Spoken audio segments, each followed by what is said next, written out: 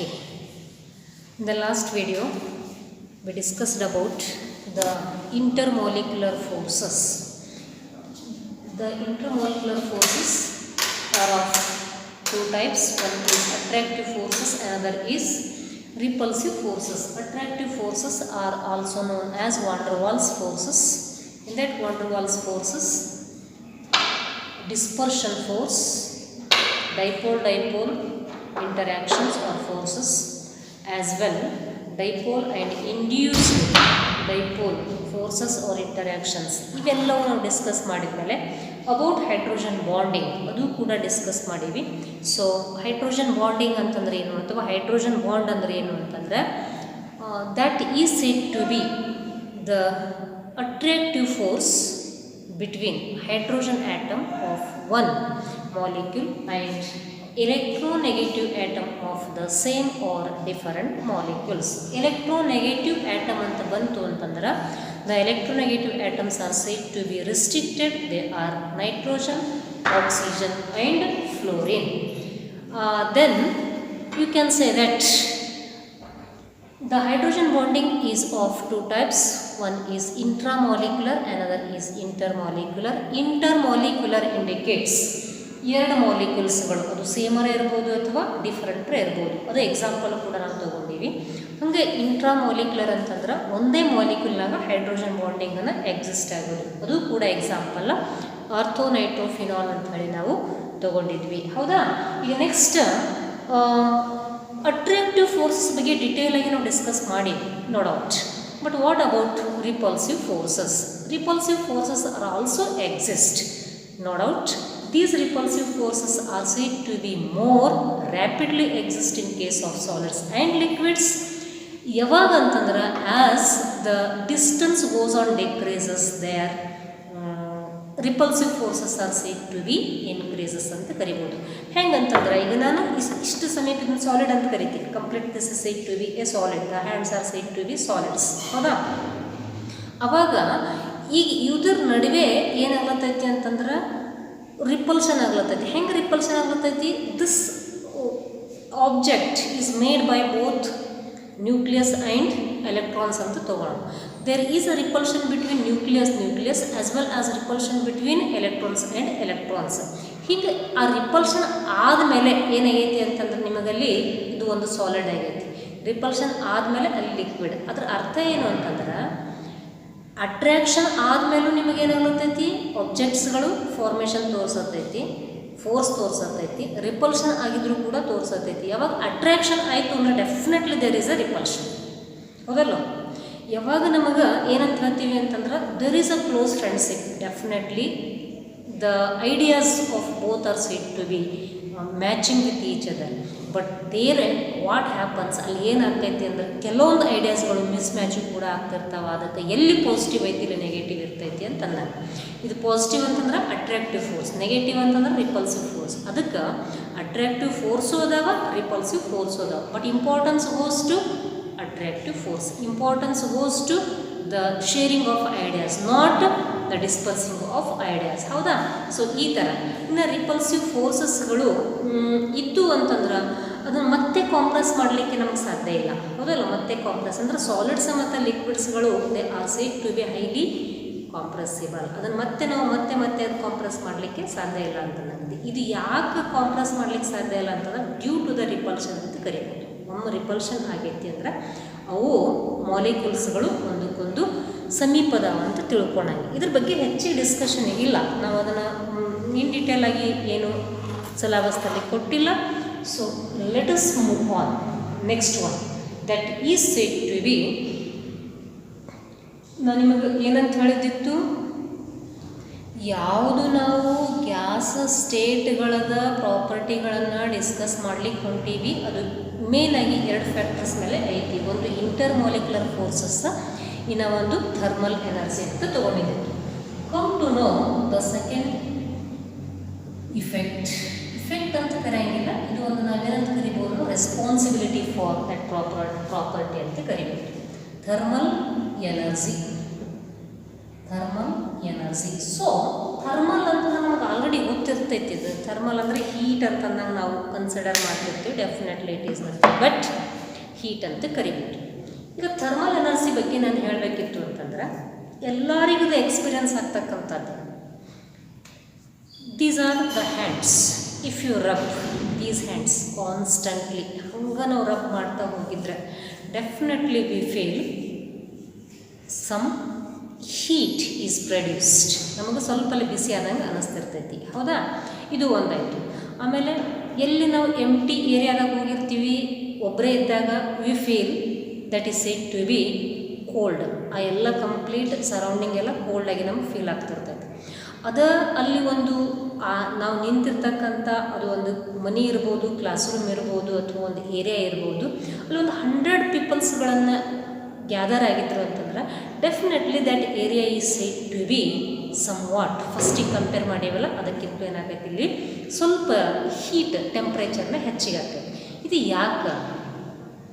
ಹೌದಲ್ಲ, ಇದು ಯಾಕೆ ಅಂದ್ರೆ ನೀವು ಎಲ್ಲಿ ಬೇಕಾದ್ರೆ ಇದನ್ನ ಎಕ್ಸ್ಪೀರಿಯನ್ಸ್ ನಮಗೆ ಆಗ್ತಾ ಇರ್ತಿರ್ತೈತಿ. ಬಟ್ ಇದೇ ಥರ್ಮಲ್ ಎನರ್ಜಿ ಅಂತ ಹೇಳಿ ನಮ್ಮ ಸಡನ್ ಅಂತ ಐಡಿಯಾಕ್ಕೆ ಬರೋಂಗಿಲ್ಲ. ಈ ಸ್ಟಡಿ ಮಾಡತ್ತೀವಿ ಅಂತ ಹೇಳಿ ನಾವು ಅದನ್ನೇನು ತೊಗೋಬೋದು ಅಂತಂದ್ರೆ it is an idea about thermal energy ಅಂತ ಕರಿಬೋದು. ಹಿಂಗೆ ಸಾಕಷ್ಟು ಎಕ್ಸಾಂಪಲ್ಸನ್ನು ನಾವು ಕನ್ಸಿಡರ್ ಮಾಡ್ತಿರ್ತೀವಿ.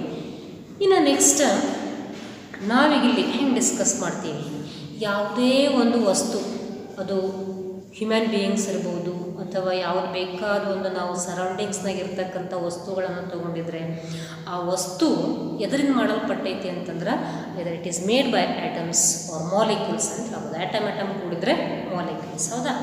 ಹಂಗೆ ಒಂದು ಆಬ್ಜೆಕ್ಟ್ನಾಗ, ಒಂದು ಬಾಡಿ ಒಳಗೆ ಆಟಮ್ಸ್ ಮತ್ತು ಮಾಲಿಕ್ಯೂಲ್ಸ್ ಅದಾವಲ್ಲ, ಇವುಗಳ ಮೋಷನ್ದಿಂದ ಏನಾಗ್ಲತ್ತೈತಿ ಅಂತಂದ್ರೆ ಎನರ್ಜಿ ಬಿಡುಗಡೆ ಆಗ್ಲತ್ತೈತಿ. ಅದಕ್ಕೆ ನಾವೇನಂತ ಕರಿತೀವಿ? ಥರ್ಮಲ್ ಎನರ್ಜಿ ಅಂತ ಕರಿತೀವಿ, ಹೌದಲ್ಲ? ಯಾವುದಕ್ಕೆ ಥರ್ಮಲ್ ಎನರ್ಜಿ ಅಂತ ಕರಿತೀವಿ? This is a body or an object. It is made by number of atoms or molecules. Okay, it is made by number of atoms or molecules. Therefore, the energy, thermal energy is nothing but the energy arises from a body or arising from a body. It is due to the motion of atoms or molecules. Okay, motion of atoms or molecules. The energy arises in a body from the motion of atoms or molecules. ಅರ್ಥ ಆಯ್ತು? ಆ energy ಏನಂತ ಕರಿತೀವಿ? Thermal energy. Okay, so the definition is, it is the energy ಅಥವಾ the energy of a body arises from motion of its means body, of its atoms or molecules. Okay, so ನಾವು ಇದಕ್ಕೆ ಏನಂತ ಕರಿತೀವಿ? Thermal energy. ಭಾಳಷ್ಟು simple ಆಗಿ ಒಂದು body ತೊಗೊಂಡಿವಿ, ಅದರಲ್ಲಿ atoms ಅಥವಾ ಮಾಲಿಕ್ಯೂಲ್ಸ್ ಇರ್ಬೋದು, ಅವುಗಳ ಮೂಮೆಂಟದಿಂದ ಎನರ್ಜಿ ಏನು ಬಿಡುಗಡೆ ಆಗ್ತೈತಲ್ಲ ಅದಕ್ಕೆ ನಾವು ಥರ್ಮಲ್ ಎನರ್ಜಿ ಅಂತ ಕರಿತೀವಿ. This thermal energy is definitely depends on ಇದ್ರ ಮೇಲೆ ಇರ್ತೈತಿ. ಹೆಂಗೆ ನಿಮಗೆ ಟೆಂಪ್ರೇಚರ್ ಹೆಚ್ಚಿಗೆ ಆಗ್ತಾ ಹೋಗ್ತಿರ್ತೈತಿ, ಆಟೋಮೆಟಿಕ್ ಆಗಿ ಥರ್ಮಲ್ ಎನರ್ಜಿ ಕೂಡ ಹೆಚ್ಚಾಗ್ತದೆ. Depends on temperature. ಓಕೆ, ಹಂಗೆ ಇದು ಏನೈತಿ ಅಂತಂದ್ರೆ it is a measurable. Measure ಮಾಡ್ತೈತಿ. It is a measure of average kinetic energy.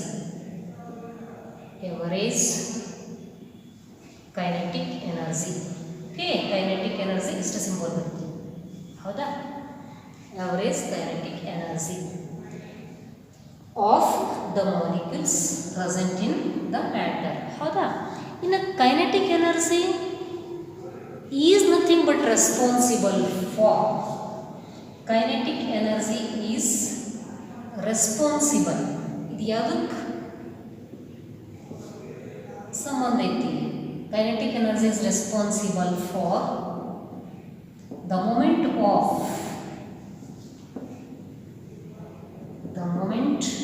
of particles. Kinetic energy ಹೆಚ್ಚಾಗಲತ್ತು, ಪಾರ್ಟಿಕಲ್ಸ್ ಮೂಮೆಂಟ್ ಹೆಚ್ಚಿಗಾಗ್ತದೆ. ಪಾರ್ಟಿಕಲ್ ಮೂಮೆಂಟ್ಸ್ ಹೆಚ್ಚಾಯ್ತು, ಕೈನೆಟಿಕ್ ಎನರ್ಜಿ ಹೆಚ್ಚಾಗುತ್ತೆ. Kinetic energy is responsible for the movement of particles. Now, this is called as, ಇದಕ್ಕೆ ಏನಂತ ಕರಿತೀವಿ? This is called as thermal motion.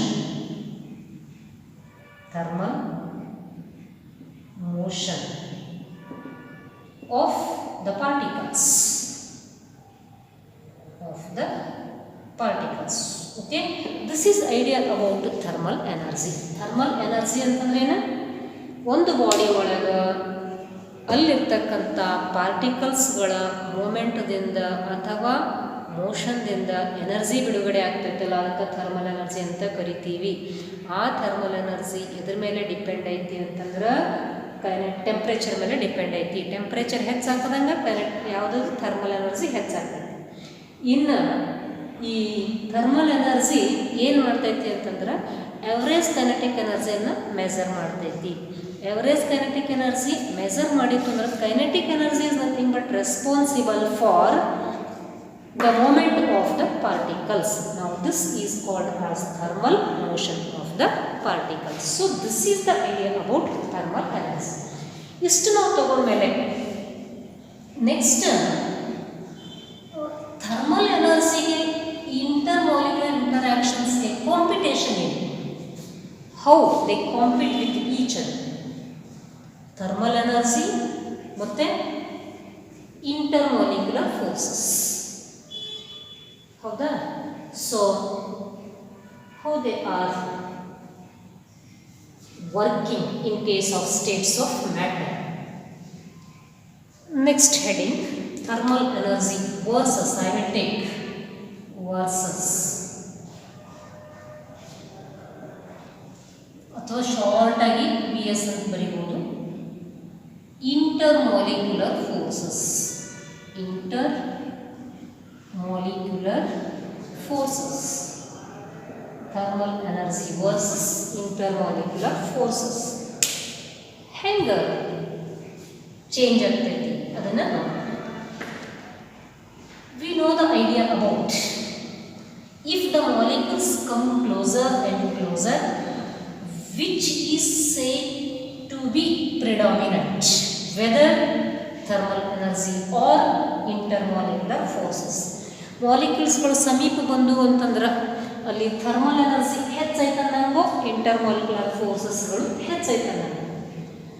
The answer for this is said to be definitely. ನಿನ್ನೆ ಕ್ಲಾಸ್ನಲ್ಲಿ discuss ಮಾಡೀವಿ, molecules ಅಥವಾ ಆಟಮ್ಸ್ಗಳು ದೂರ ಇಟ್ಟಾಗ force of attraction ಆಗೋದಿಲ್ಲ. ಅದಕ್ಕೆ ಮಾಲಿಕ್ಯೂಲ್ಸ್ಗಳು ಸಮೀಪ ಬಂದಿದ್ದವು ಅಂತಂದ್ರೆ there is a force of attraction or it is nothing but called as intermolecular forces. ಹೌದಾ? ಇನ್ನು ಯಾವ ಕೇಸಸ್ನಲ್ಲಿ ಇಂಟರ್ಮಾಲಿಕ್ಯುಲರ್ ಫೋರ್ಸಸ್ಗಳು ಹೆಚ್ಚಿರ್ತೈತಿ ಅಂತ ನಂಗಾಯ್ತು? It is a case. ಯಾವ ಕೇಸಸ್ನಲ್ಲಿ ಆಟಮ್ಸ್ಗಳು ಮಾಲಿಕ್ಯೂಲ್ಸ್ಗಳು ಸಮೀಪ ಇರ್ತಾವು? ಆಟಮ್ಸ್ಗಳು ಮಾಲಿಕ್ಯೂಲ್ಸ್ಗಳು ಯಾವ ಕೇಸ್ನ ಸಮೀಪ ಇರ್ತಾವಂದ್ರೆ very rigidly held in case of solids, and next liquids, and next ಇದನ್ನು ಬಿಟ್ಟರೆ ಗ್ಯಾಸಸ್ನಲ್ಲಿ ಭಾಳಷ್ಟು ದೂರಾಗಿ ಇರ್ತವೆ. ಹೌದಾ? ಈ ಥರ ಇರ್ತಕ್ಕಂಥದ್ದು ಅಂದರೆ ಈ ಡೈರೆಕ್ಷನ್ ಸಪೋಸ್ ನಾನು ತೊಗೊಳಂತಿರ್ಬೋದು, ಸಾಲಿಡ್ಸ್ ಟು ಗ್ಯಾಸಸ್ ಈ ಡೈರೆಕ್ಷನ್ ತೊಗೊಂಡು ಈ ಡೈರೆಕ್ಷನ್ನಲ್ಲಿ ಏನು ಹೆಚ್ಚಾದಂಗಾಯಿತು? So this is a direction. Solid to liquid, liquid to gas. ಅಂದ್ರೆ solid to liquid, liquid to gas ಈ ಡೈರೆಕ್ಷನ್ ಬಂತು ಅಂತಂದ್ರೆ ಥರ್ಮಲ್ ಎನರ್ಜಿ ಹೆಚ್ಚಾಗೈತೆ ಅಂದಂಗಾಯ್ತು, ಇನ್ಕ್ರೀಸ್ ಆಗ್ಬೋದು ಹೋಗೈತೆ ಅಂದಂಗಾಯ್ತು, ಇಂಟರ್ಮಾಲಿಕ್ಯುಲರ್ ಫೋರ್ಸಸ್ಗಳು ಇನ್ಕ್ರೀಸ್ ಆಗ್ಯಾವ ಅಂದಂಗಾಯ್ತು. ಸಾಲಿಡ್ಗಳನ್ನು ಸಪೋಸ್ ನಾವು ಹೀಟ್ ಮಾಡಿದ್ರೆ ಲಿಕ್ವಿಡ್ ಆಗ್ತಾವೆ, ಲಿಕ್ವಿಡ್ ಹೀಟ್ ಮಾಡಿದರೆ ಗ್ಯಾಸ್ ಆಗ್ತದೆ.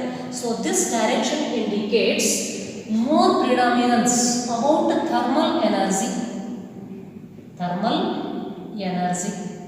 Okay, suppose ನಾನು ಈಗ ತಗೋತೀನಿ ಅಂದ್ರೆ next gases, liquids and is said to be solids. ಈ ಡೈರೆಕ್ಷನ್ ನಾನು ತಗೊಂಡಂದ್ರೆ this direction gases, liquids and solids. In this direction, what is said to be predominant?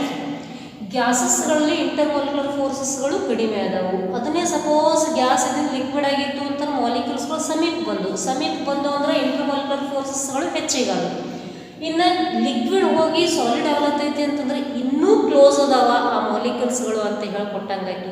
If they are said to be close to each other indicates there is intermolecular forces are predominant. Hence intermolecular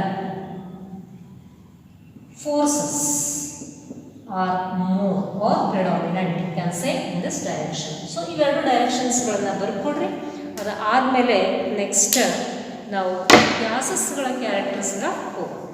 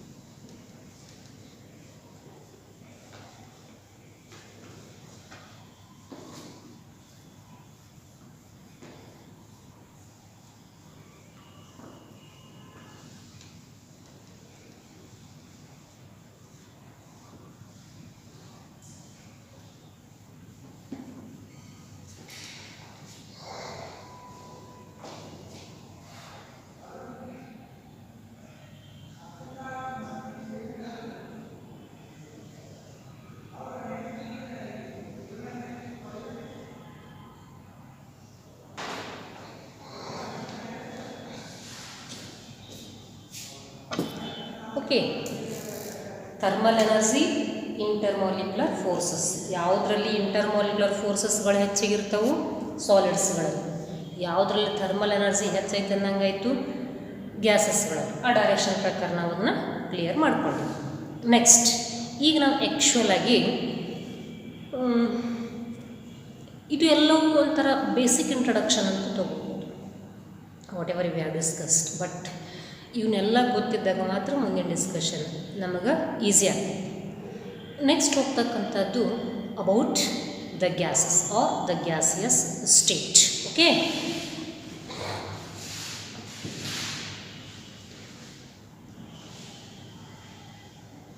the gaseous state. Periodic ಟೇಬಲ್ನಾಗ total 118 elements ಅದಾವಂತ ನಮಗೆ ಗೊತ್ತೈತಿ. ಇನ್ನೂ discover ಮಾಡತ್ತಾರ, let it B.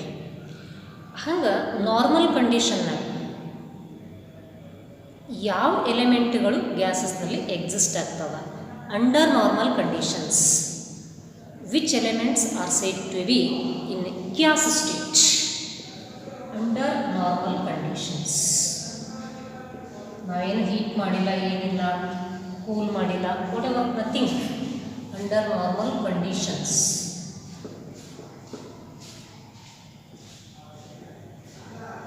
Gases are first ಗ್ರೂಪ್ನಾಗಿದ್ದು hydrogen ಐತಿ. Next 15th ಗ್ರೂಪ್ನಲ್ಲಿ nitrogen ಐತಿ. 16th ಗ್ರೂಪ್ನಾಗ ಆಕ್ಸಿಜನ್ ಐತಿ. 17th ಗ್ರೂಪ್ನಲ್ಲಿ fluorine as well as chlorine ಅದಾವು.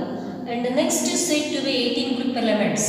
It is helium, neon, argon, krypton, xenon, radon. ಇವೆಲ್ಲವು ಟೋಟಲ್ ಎಷ್ಟಾಗ ನೋಡ್ರಿ 1 2 3 4 5 6 7 8 9 10 11 gases are exist, 11 elements are exist as gases under normal conditions. ಆದರೂ ಕೂಡ ನಾವು ಹೆಂಗೆ ಫೀಲ್ ಆಗ್ಲತ್ತೀವಿ ಅಂತಂದ್ರೆ V are immersed in a ocean of air. Complete ಒಂದು ಗಾಳಿ ಸಮುದ್ರ ಒಳಗೆ ನಾವು ಡಿಪ್ ಆಗಿವೆ ಅಂತ ಅನಿಸ್ತಿರ್ತೈತೆ ನಾವು. Definitely because we are surrounding it is air. ಅಟ್ಮಾಸ್ಫಿಯರ್ನಾಗ ನಮಗೆ ಸಮೀಪ, ಭೂಮಿಗೆ ಸಮೀಪ ಇರ್ತಕ್ಕಂಥದ್ದು ಯಾವುದೈತಿ? Sphere, that is troposphere. ಟ್ರೋಪೋಸ್ಫಿಯರ್ನಾಗ ನಾವೆಲ್ಲ ಹೆಂಗೆ ಡಿಪ್ ಆಗಿವೆ ಅಂತ ಅನ್ಸ್ಲತ್ತೈತಿ? ಗಾಳಿ ಒಳಗೆ, ನೀರಿನಾಗ ಡಿಪ್ ಆಗಿದ್ರೆ ಅದನ್ನು ಸ್ವಲ್ಪ ಹೊತ್ತು ಮಾತ್ರ ಇರ್ಬೋದು, ಬಟ್ ಇಷ್ಟು ಲಾಂಗ್ ಲೈಫ್ ನಾವು ಮಾಡಲಿಕ್ಕೆ ಸಾಧ್ಯ ಇಲ್ಲ, ಹೌದಲ್ಲ? We are feeling, we are covered or we are immersed in a ocean of air ಅಂತ ಕರಿಬೋದು. ಎಷ್ಟು ಎಲಿಮೆಂಟ್ಸ್ಗಳ ರೆಸ್ಪಾನ್ಸಿಬಲ್? ಮೇನಾಗಿ 11 elements. This air is nothing but consist of many of the compounds form ಆಗೋದನ್ನು ಏರ್ ಇರ್ಬೋದು. ಅದು ಯಾವುದಿರ್ಬೋದು ಅಂತಂದ್ರೆ ವಾಟರ್ ವೇಪರ್ ಆಗಿರ್ಬೋದು, carbon dioxide ಇರ್ಬೋದು, ನೈಟ್ರೋಜನ್ ಗ್ಯಾಸ್ ಇರ್ಬೋದು, ಆಕ್ಸಿಜನ್ ಗ್ಯಾಸ್ ಮೇನಾಗಿ ನಮಗೆ ಬೇಕಾಗಿರ್ತಕ್ಕಂಥದ್ದು. ಈ ಥರ ಎಲ್ಲ ನಮ್ಗೆ ಒಂದು ಏನಂತಂದ್ರೆ ಈ ಅಟ್ಮಾಸ್ಫಿಯರ್ನಲ್ಲಿ, ಟ್ರೋಪೋಸ್ಫಿಯರ್ನಲ್ಲಿ ನಡೀತಕ್ಕಂಥ ಒಂದು ಫಿನಾಮಿನ. ಇನ್ನು ಇವುಗಳ ಕ್ಯಾರೆಕ್ಟರ್ಸ್ ಏನು? What are the characteristic properties of gases? Or simply you can say that characters of gases. ನಮಗೆಲ್ಲರಿಗೂ ಗೊತ್ತಿದ್ದಂಗೆ ಒಂದು ಡೆಫಿನೇಷನ್ ಅಂತೂ ನಮಗೆ ಗ್ಯಾಸಸ್ಗಳ ಬಗ್ಗೆ ಗೊತ್ತೈತಿ. Neither these are not having definite shape, not definite volume. Neither B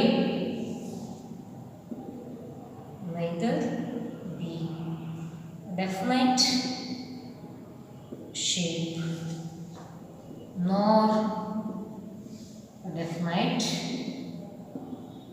volume. ಹೌದಾ? ಇದು ನಮಗೆ ಗೊತ್ತಿಲ್ಲ, ಒಂದೇ ಪ್ರಾಪರ್ಟಿ ಅಂತ ತಿಳ್ಕೊಂಡ್ಬಿಡೋಣ. ಇನ್ನು ಎರಡನೇದು, ಯಾವಾಗ ಗ್ಯಾಸಸ್ ಅಂತ ಬಂತು ಅಂದ್ರೆ ನಾವು ಸ್ವಲ್ಪ ಅದನ್ನು ಕಾಂಪ್ರೆಸ್ ಮಾಡಲಿಕ್ಕೆ ಪಾಸಿಬಿಲಿಟಿ ಐತಿ, ಹೌದಲ್ಲ? ಅದಕ್ಕೆ ಎರಡನೇ ಪಾಯಿಂಟ್ ಏನು ತೊಗೋಣ ಅಂತಂದ್ರೆ ಒತ್ತಡವನ್ನು ಅದನ್ನು ತೋರಿಸ್ತಿರ್ತೈತಿ. ಹೈಲಿ ಕಾಂಪ್ರೆಸಿಬಲ್ ಏನಂತಾರೆ ಅದಕ್ಕೆ? Highly gases are said to be highly compressible. Gases are highly compressible, ಹೌದಲ್ಲ? And third point is said to B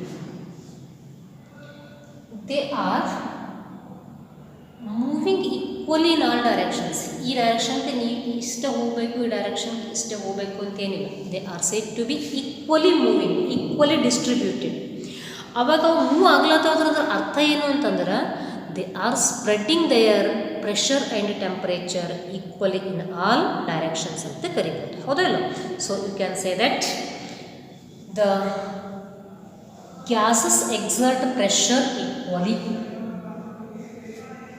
The gases exert pressure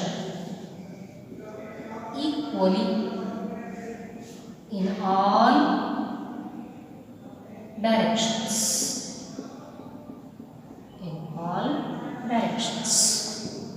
ಹೌದಾ? ಗ್ಯಾಸಸ್ಗಳು ಆ್ಯಕ್ಚುಲಿ ನಮಗೆ ಹಿಂಗೆ ನೋಡಿದ್ರೆ ನಮ್ಮ ಸುತ್ತಮುತ್ತ ಎಲ್ಲ ಗ್ಯಾಸಸ್ ಇದಾವೇನ್ರಿ ಅಂತ ಕೇಳಿದ್ರೆ ಯಾವತ್ತೂ ಕಣ್ಣಿಗಂತೂ ಕಾಣಂಗಿಲ್ಲ. But we are feeling, we are surrounding with gases. ಅದಕ್ಕೆ ಆ ಗ್ಯಾಸಸ್ ಅಂತ ಇತ್ತು ಅಂತಂದ್ರೆ ಅವುಗಳ ಡೆನ್ಸಿಟಿ ಏನಾಗಿರ್ತೈತಿ ಅಂತಂದ್ರೆ ಕಡಿಮೆ ಐತಿ, ಗಾತ್ರ ಏನೈತದ್ರದ ಕಡಿಮೆ ಐತಿ. These are having lower density. How you can say that simply? Lower density. Lower density.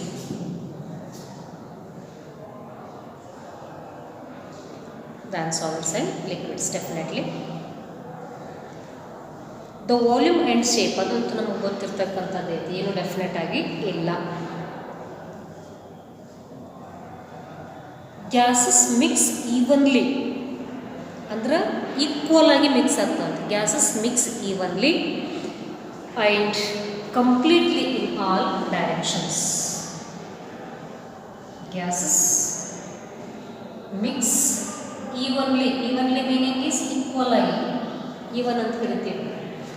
And completely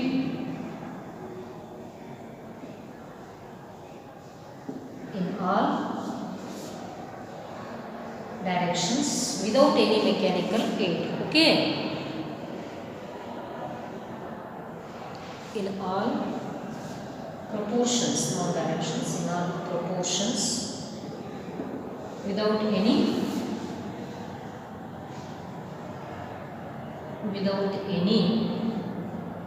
ನಾವು ಯಾವುದೋ ಒಂದು ಮತ್ತೆ ಎಕ್ಸ್ಟರ್ನಲ್ ಕೆಲಸ ಮಾಡ್ತೇವೆ, ಮೆಕ್ಯಾನಿಕಲ್ ಏಡ್ ಅಂತ ಕರಿತೀವಿ. ಓಕೆ, ಸೊ ಗ್ಯಾಸಸ್ಗಳು ನಾರ್ಮಲ್ ಕಂಡೀಷನ್ನ ಯಾವಾಗ ಅಂತ ಗೊತ್ತಾದಮೇಲೆ ಒಂದು ಕ್ಯಾರೆಕ್ಟರ್ಸ್ ಏನು, ಗ್ಯಾಸಸ್ಗಳಿಗೆ ಯಾವುದೇ ಆಗಿರ್ತಕ್ಕಂಥ ಫಿಕ್ಸ್ಡ್ ಸೇಫ್ ಡೆಫಿನೆಟ್ ಶೇಪ್ ಮತ್ತು ವಾಲ್ಯೂಮ್ ಇಲ್ಲ. ಗ್ಯಾಸಸ್ಗಳು ಹೈಲಿ ಕಾಂಪ್ರೆಸಿಬಲ್ ಆಗಿ ಅದಾವು. ಗ್ಯಾಸಸ್ಗಳು ಪ್ರೆಷರನ್ನು ಈಕ್ವಲ್ ಆಗಿ ಎಲ್ಲ ಡೈರೆಕ್ಷನ್ನಾಗ ಡಿಸ್ಟ್ರಿಬ್ಯೂಟ್ ಮಾಡ್ತಾವು, ಹೌದಲ್ಲ? Gases exert pressure equally in all directions.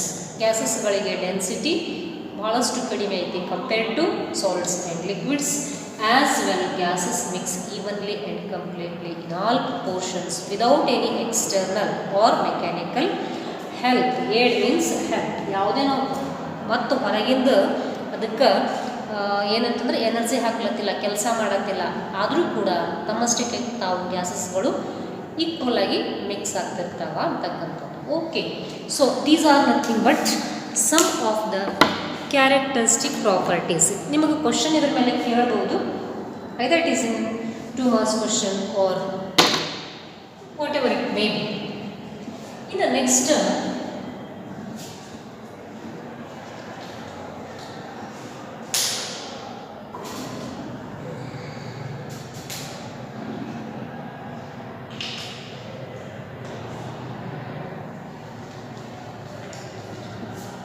ಗ್ಯಾಸಸ್ಗಳು laws ಬರ್ತೀವಲ್ಲ, they are same to be very important.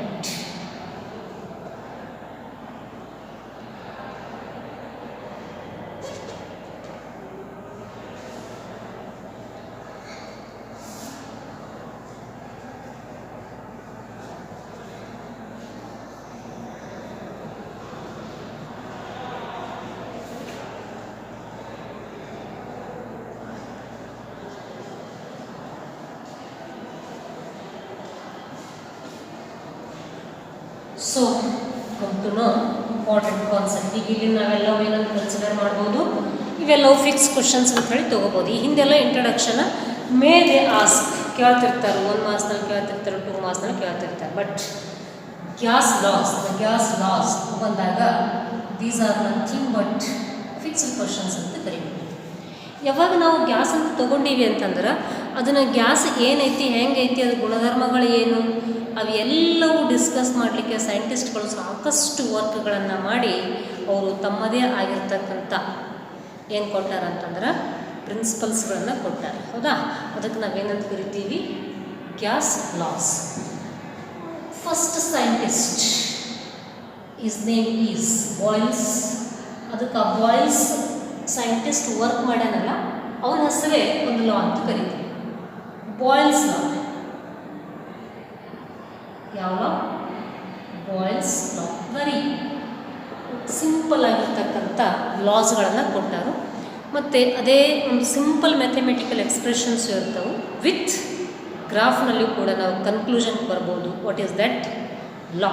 So the statement of this law, first ಸ್ಟೇಟ್ಮೆಂಟನ್ನು ನಾವು ಪರ್ಫೆಕ್ಟ್ ಮಾಡಬೇಕು.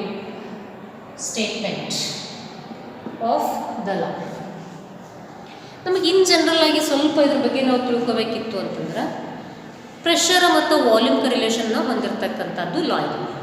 ಯಾವುದಕ್ಕೆ ರಿಲೇಷನ್ ಐತದನ್ನ? ಪ್ರೆಷರ್ ಮತ್ತು ವಾಲ್ಯೂಮ್. ಸಪೋಸ್ ಒಂದು ಗ್ಯಾಸ್ ಅಂತ ತೊಗೊಂಡೀವಿ ಅಂತಂದ್ರೆ, ಅಲ್ಲಿ ನಾವು ಒಂದು ಗ್ಯಾಸ್ ಬಲೂನು, ಆ ಬಲೂನ್ನ ಗ್ಯಾಸ್ ಫಿಲ್ ಮಾಡೀವಿ, ಹೌದಾ? ಸೊ ಗ್ಯಾಸ್ ಫಿಲ್ ಮಾಡೀವಿ ಅಂತಂದ್ರೆ, ಈಗ ಅಲ್ಲಿ ನಾನು ಸಪೋಸ್ ಪ್ರೆಷರ್ ಆ ಬಲೂನಿಗೆ ಹಾಕ್ಲತ್ತೆ ಅಂತಂದ್ರೆ ಅಲ್ಲಿ ಒಳಗಿರ್ತಕ್ಕಂಥ ವಾಲ್ಯೂಮ್ ಹೆಚ್ಚಾಯ್ತು ಅಂದಂಗಾಯ್ತು, ಕಡಿಮೆ ಆಯ್ತು ಅಂದಂಗಾಯ್ತು? ಪ್ರೆಷರ್ ಇನ್ಕ್ರೀಸ್ ಮಾಡತ್ತೀನಿ, ವಾಲ್ಯೂಮ್ ಏನಾಗ್ಲತ್ತೈತಿ? ಕಡಿಮೆ ಆಗ್ಲತ್ತೈತಿ. ಪ್ರೆಷರ್ ಇಲ್ಲ, ಅದ್ರ ಮೇಲೆ ಪ್ರೆಷರ್ ಇಲ್ಲ ಅಂದ್ರೆ ವಾಲ್ಯೂಮ್ ಹೆಚ್ಚಿರ್ತೈತಿ. ಪ್ರೆಷರ್ ಹಾಕಿದ್ದಂದ್ರೆ ವಾಲ್ಯೂಮ್ ಏನಾಗ್ತೈತಿ, ಕಡಿಮೆ ಆಗ್ತೈತಿ. Therefore this is done at constant temperature. Hence the statement is at constant temperature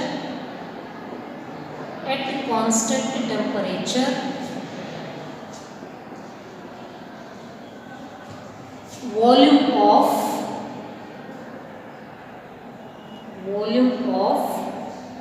a fixed amount of gas, a fixed amount of gas is inversely proportional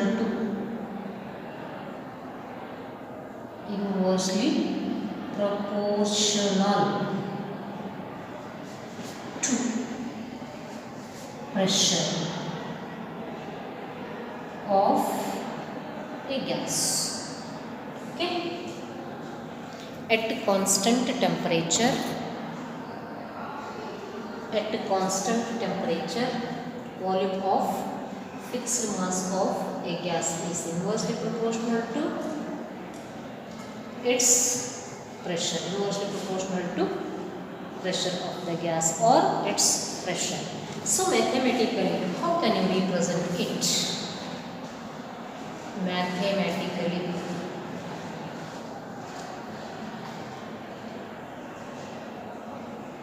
it is expressed as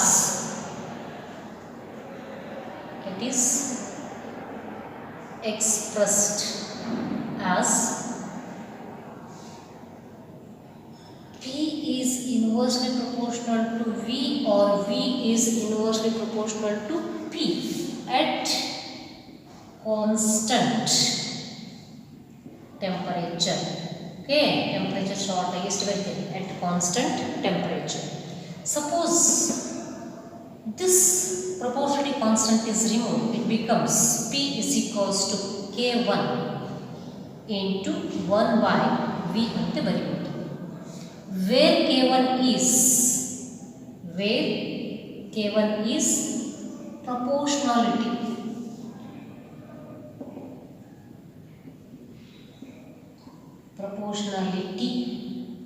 constant. Okay, or rearrange this equation, PV equal to K1. Okay, PV equal to K1 ಏನು indicate ಮಾಡ್ತೈತಿ ಇದನ್ನ? at constant temperature, ಹೌದಲ್ಲ? at constant temperature ಇನ್ ಹೆಂಗೆ ತಗೊಂಡೇನೋ ಲಾ? at constant temperature product of pressure and volume of a gas ಅಥವಾ of a fixed amount of a gas is nothing but constant at constant temperature. Constant temperature ಇತ್ತು ಅಂತಂದ್ರೆ ಅದರದ್ದು product pressure ಮತ್ತು volume product ಏನಾಗ್ತೈತಿ ಅಂತಂತ ಹೇಳ್ತಾನು, constant ಆಗಿರ್ತೈತಿ ಅಂತ ಕರಿತಿರ್ತಾನೆ. Product of pressure and volume becomes constant at constant temperature. ಇದ್ರ ಮೀನಿಂಗ್ ಏನು ಕೊಡತೈತಿ? Product of pressure and volume becomes constant. K1 is nothing but proportionally constant. ಯಾವಾಗ ಇದರ ಪ್ರಾಡಕ್ಟ್ ಕಾನ್ಸ್ಟೆಂಟ್ ಇರ್ತೈತಿ? At constant temperature. Product is constant at constant temperature. ಅರ್ಥ ಆಯಿತು? So ಈ ಥರ ಇರ್ತಕ್ಕಂಥದ್ದು. Let I will take one more equation for two gases. At constant temperature T1, at constant temperature T, the volume of a gas,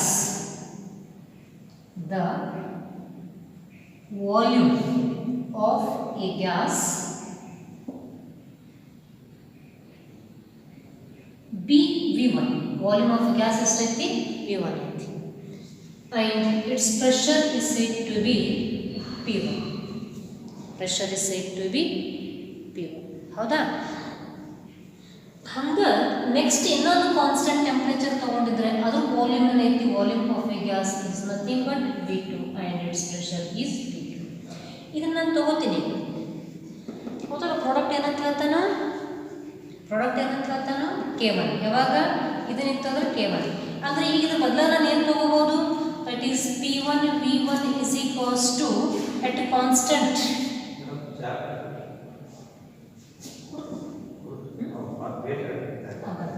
ಎರಡೇ ನಿಮಿಷ P2 V2 ಹೌದಾ ಇಲ್ಲ ಏನು ತಗೊಂಡೆ ನಾನು ಇದನ್ನು P1 V1 equal to P2 V2 or the same equation is P1 divided by P2 is equals to V2 divided by V1 ಹಿಂಗೂ ಬರೀಬಹುದು. So this is nothing but the Boyle's law next expression ಅಂತ ಕರೀತೀವಿ. So you have to write down these one and remaining laws I will discuss.